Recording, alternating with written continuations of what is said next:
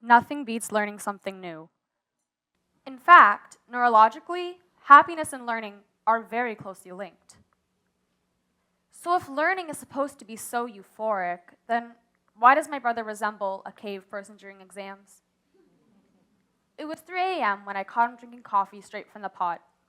He told me not to worry. He still had 5 hours left to study, and the exam was going to be multiple choice anyway. No creative or critical thinking necessary.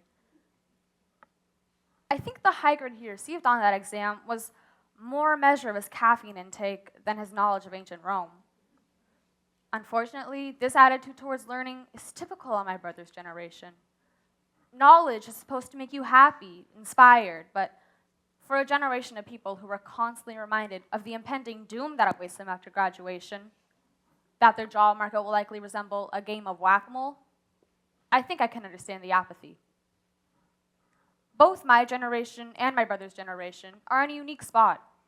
While this competitive new world has entry-level jobs wanting 5 years of experience, it's also provided us with unique opportunities in the online and digital realm.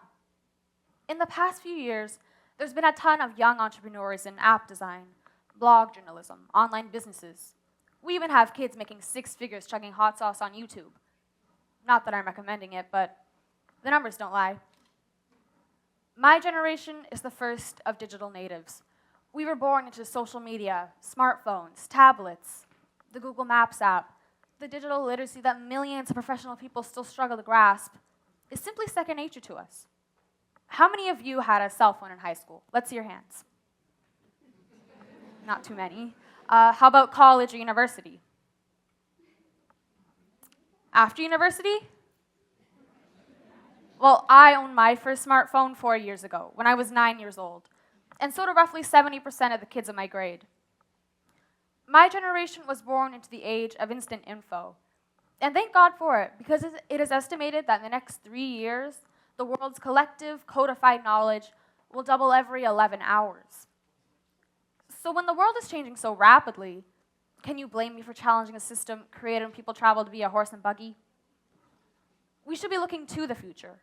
And that starts asking the right questions like, how many more services are going to be replaced by artificial intelligence? I'm already ordering french fries from a screen and depositing checks with my phone.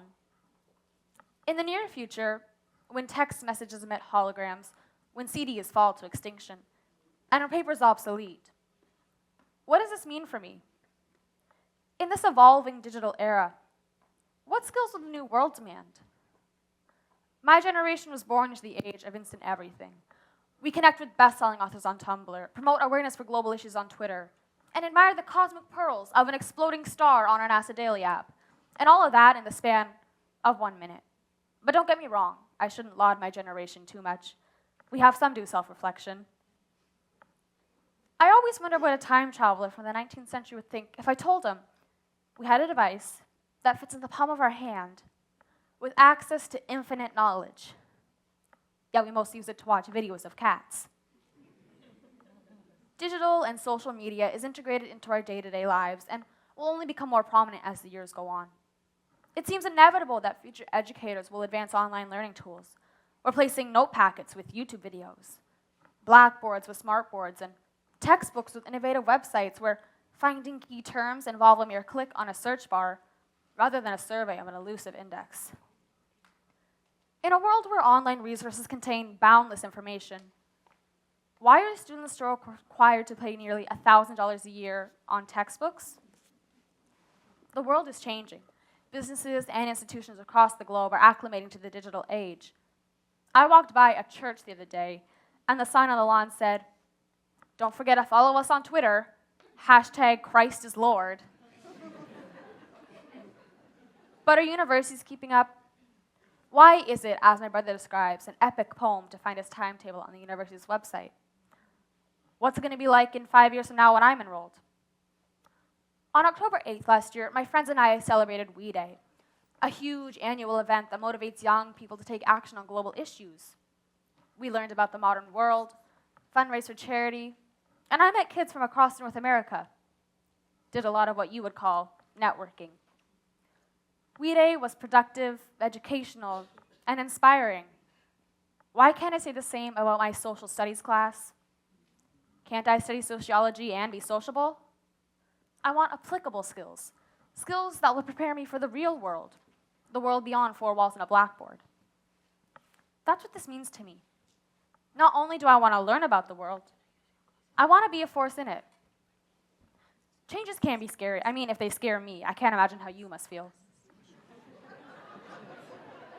Some of you are still lamenting the death of cursive handwriting, which could someone please explain to me what exactly is the purpose of cursive handwriting? Anyone know? That doesn't count. Anyway, all I'm saying is when one skill is lost, or in that case antiquated, another one is gained. The digital age may seem like a catalyst for procrastination, a distraction from academic learning, but really it's an opportunity to reach, motivate, and prepare us like never before. It's the age of instant everything, and everything's changing so fast. By the time I've graduated university, the world could be unrecognizable. Will I be ready?